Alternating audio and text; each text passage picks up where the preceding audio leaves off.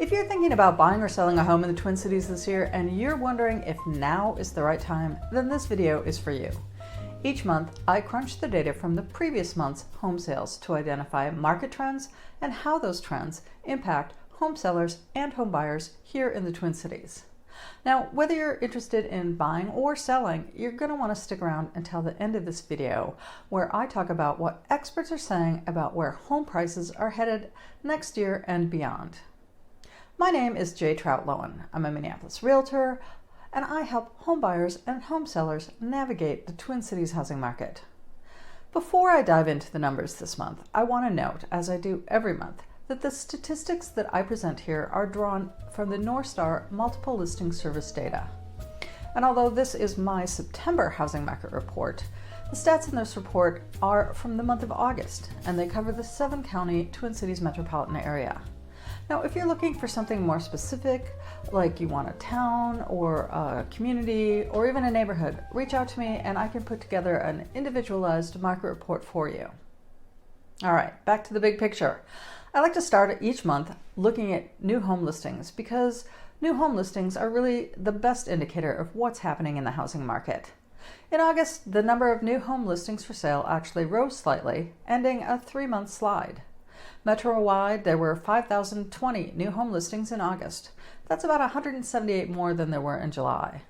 But that's still down about 3.7% from August of last year. We are seeing the impact of those high mortgage rates on both buyer and seller activity. Interestingly, so far though, interest rates aren't really having the same kind of effect on home prices, at least not yet. More about that later in the video. Where we can see the effect of interest rates, though, is on buyers, and we look at that by looking at the total number of homes for sale. In August, there were about 6,502 homes for sale in the metro. That's just a slight increase from previous months.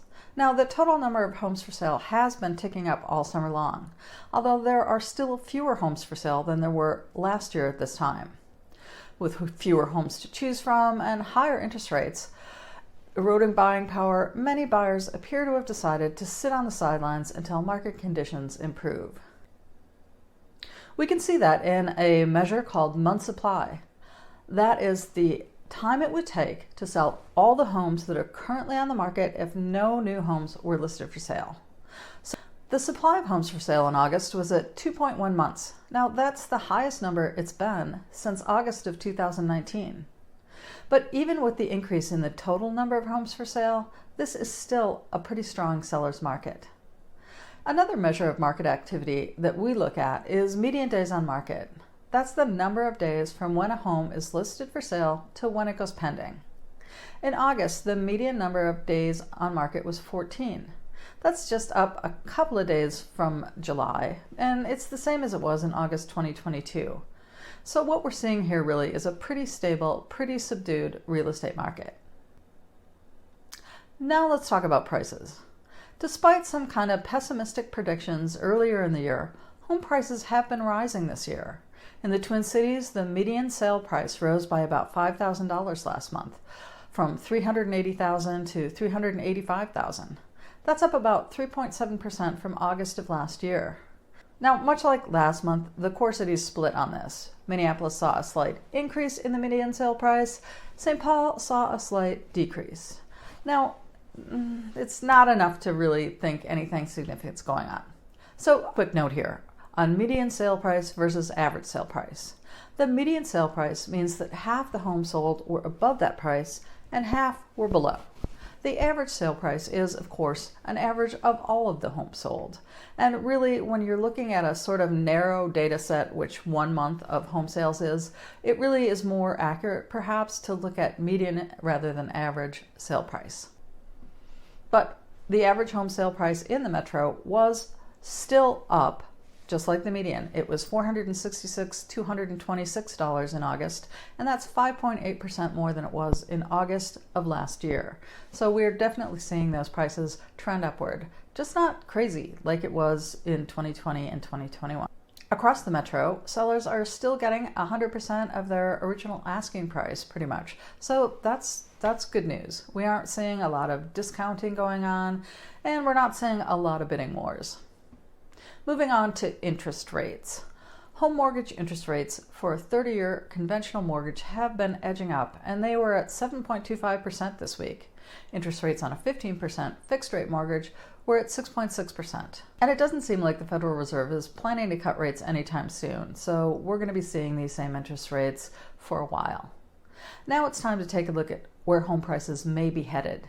Each quarter, Pulseonomics polls more than 100 economists, investment strategists, and housing market analysts for their quarterly home price expectation survey. They combine those responses and come up with some pricing projections. The most recent survey, which came out just last week, shows kind of a bit of optimism for the housing market in terms of price appreciation. Home prices are projected to continue to increase for at least the next 5 years. This is really kind of a significant shift from the first quarter report when attitudes were not this rosy. So if you're thinking about buying a home or you already have one, this is good news. Appreciating home prices help homeowners and families grow wealth. For example, if you purchase a home for $400,000 this year, you could see the value of your home rise by 17% over the next 5 years. That's not a bad return on your investment. Just remember though, every situation is different. If you want to know how these market trends might affect your plans to buy or sell a home, or if you want a more specific look at market trends in a particular city or even a neighborhood, or you're looking for an estimating your home's value, call, text, or email me. I'm here to help. Thank you so much for watching. I'll see you next month.